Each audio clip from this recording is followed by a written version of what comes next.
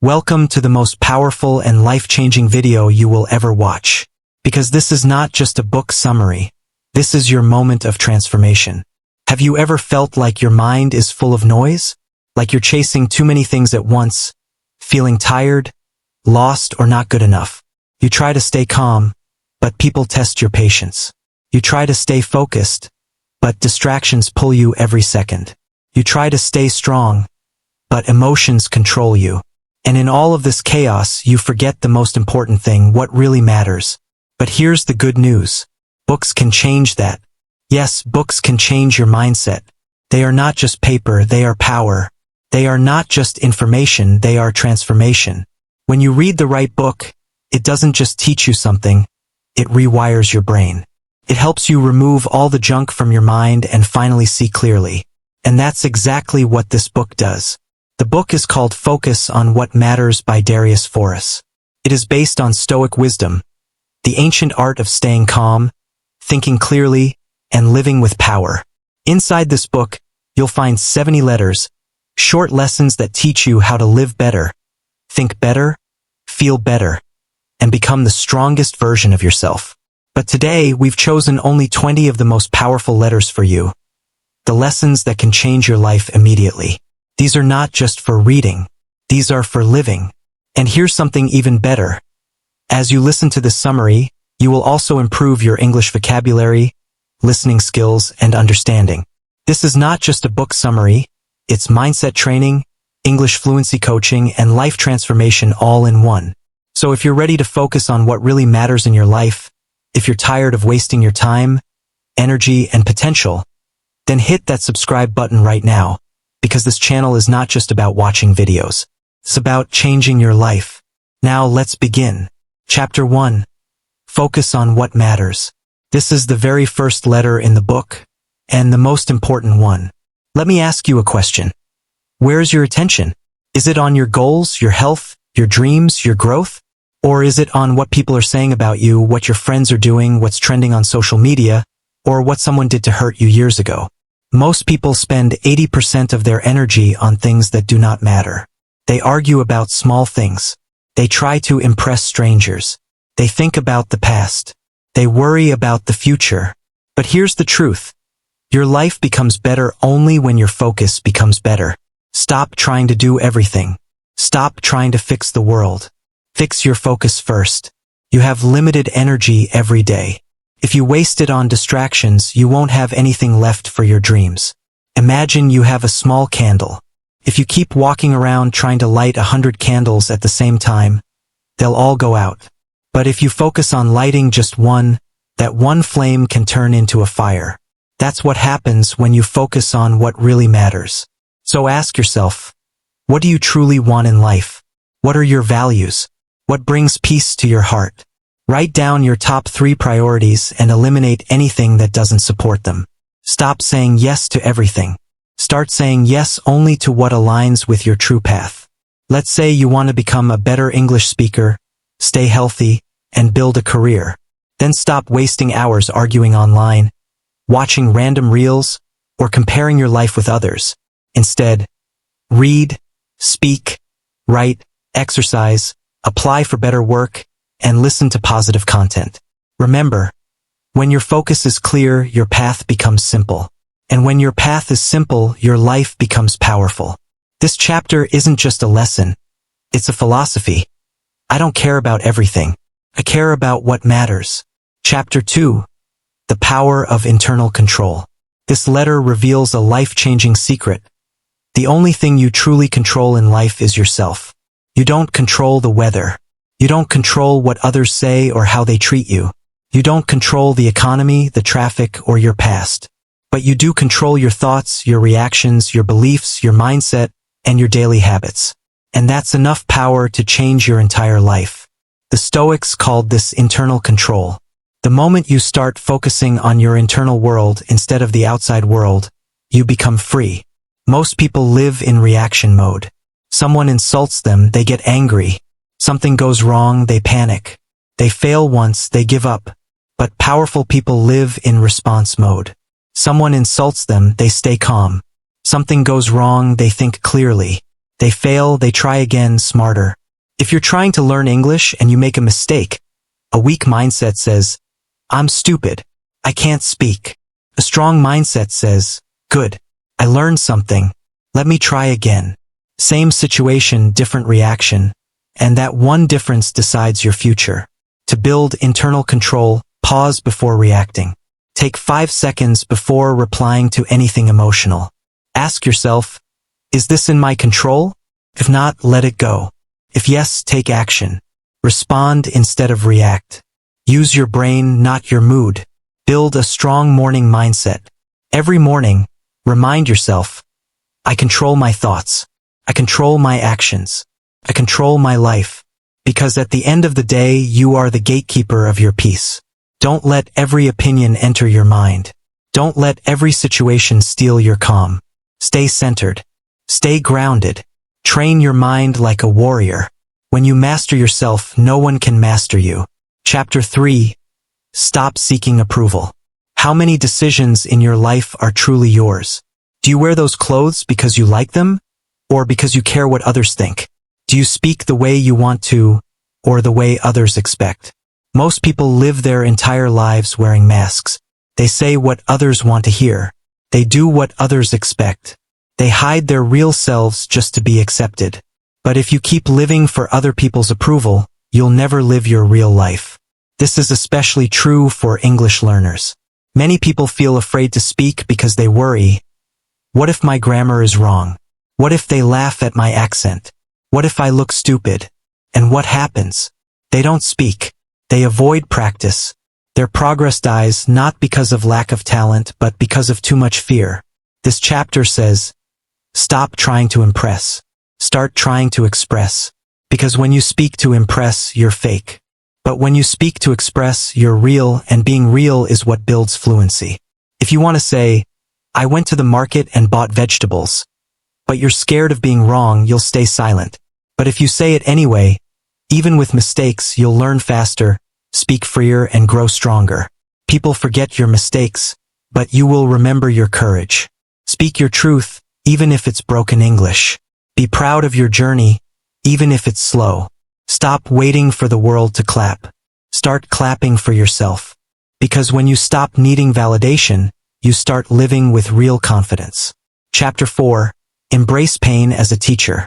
Pain is not your enemy. Pain is your best teacher. But here's the problem. Most people run from pain, not realizing it's the very thing that helps them grow. ChatGPT said, most people hate pain. They avoid it, escape it, numb it. They think pain is a sign of failure. But in reality, pain is a signal that something is growing. Think about it. When your muscles grow, they hurt. When your brain learns, it gets tired. When your heart heals, it breaks first. Imagine a mountain standing tall for thousands of years. It faces strong storms, freezing snow, lightning, and wind that cuts like knives. If the mountain could feel, it would say, this hurts. The storm is painful. The cold is too much. But that storm is shaping it. The sharp winds carve the rocks. The ice breaks the weak parts. The pressure makes it stronger, sharper, more beautiful, more solid. Without the storm, the mountain would be just a soft hill. But because of the pain, it becomes unshakable. That's how pain works in life too. Your storm is not breaking you. It's sculpting you. You don't grow in spite of the pain. You grow because of it. Learn from everyone. One of the biggest lies is that you can only learn English from a teacher. No, that's wrong. You can learn from everyone. This chapter tells you that life is your classroom and every person is your teacher. You can learn from a stranger in a shop, a YouTube comment, a short Instagram reel, a child who says something simple, a song lyric that touches your heart, or a podcast sentence that repeats in your mind. But to do this, you must change your mindset from, I need perfect lessons, to everything around me is a lesson. Imagine a river flowing gently through a valley. Along the way, it meets big rocks, sharp stones, mud, branches, and fallen trees. It doesn't fight them or say, why are you in my way? Instead, the river flows around them. Sometimes slowly, sometimes with force, sometimes in silence. And because of that, the river learns how to move better. It becomes wider, deeper, smarter. It even creates new paths through land that was once impossible. Lesson. The river learns from everything, even the obstacles. It doesn't complain. It absorbs, adjusts, and grows. Just like that, in life, you can learn from every situation, every difficulty, every silence, even from what seems useless. Nothing is wasted if your mind is open. When you train your brain to learn from everyone, you don't wait for school or perfection. You just observe, absorb, and apply. Keep your mind like a sponge so wherever you go, you collect wisdom. Even from people you dislike, people who don't speak well, or people younger than you. Because learning has no ego. Everyone you meet knows something you don't. So be curious, be humble, and say this every day. Today I will learn something new from someone unexpected. Time is your real currency. Most people think money is the most valuable thing in the world. But this chapter destroys that myth. The real truth is this: you can earn back money, but you can never earn back time. Time is the only thing that is always moving away from you. Every second you spend, you will never get it again. And yet, we waste it so carelessly. We spend hours arguing about nonsense, scrolling endlessly through other people's lives, giving our precious minutes to people who don't even value us. We delay our dreams thinking we have forever, but we don't. The clock is ticking, not to scare you, but to wake you up. Imagine a young man who dreams of starting his own business. But every evening he watches TV for hours. He says, "I'm tired. I'll do it tomorrow." Tomorrow becomes next week. Next week becomes next year. And slowly the fire inside him dies. He didn't lose because he wasn't smart. He lost because he gave his time to the wrong things. Powerful lesson. You are not broke because of a lack of money. You are broke because of how you use your time. So how do you fix it? Track your hours like you track your money. Keep a small journal and write, "Where did my hours go today?" You'll be shocked. Create a time budget. Just like you don't spend $1,000 on junk. Don't spend 10 hours on meaningless tasks. Ask yourself, does this activity make me grow, heal, build, or rest? Be ruthless with your time. Protect your hours from time wasters, gossip, drama, and distractions. They're stealing your future. If it doesn't add value to your life, it doesn't deserve your time. Because your time is your life.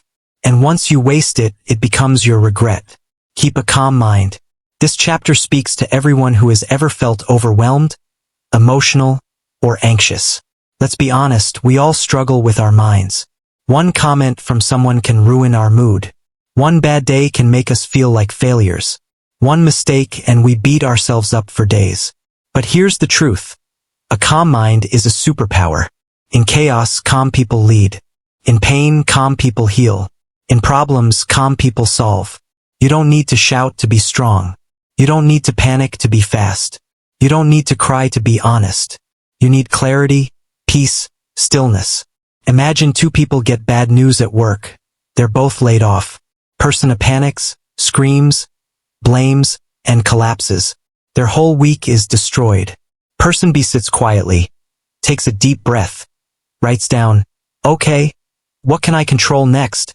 They update their resume and apply for 10 new jobs that same evening. Same situation, but two different minds. One broke down. One broke through. That's the difference calm makes. Calm is not pretending everything is fine. It's saying, I may not control this situation, but I can control how I respond to it. To build calmness, create a pause habit. When something upsets you, do not react. Pause. Breathe. Count to 10. Write it out instead of fighting it out. Let the page feel your pain, not another person. Practice mind rehearsals. Each morning, imagine 3 things going wrong. Then imagine yourself staying calm. You're training your mind like a warrior. Storms will come, but you can still become the mountain. Let others scream and shake. You be the calm, the strength, the light, the discipline of less. Here's something you've never been taught. Most success doesn't come from doing more. It comes from doing less but better. We've all been told, work more, add more goals, do 10 things at once. But this is a trap. The more you chase, the more you scatter your energy. And scattered energy creates average results.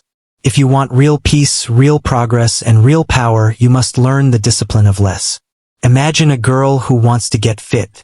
She joins 3 gyms, buys 10 workout plans, follows 20 fitness influencers, and changes her diet every 3 days. But nothing works because her energy is divided. Now imagine another girl.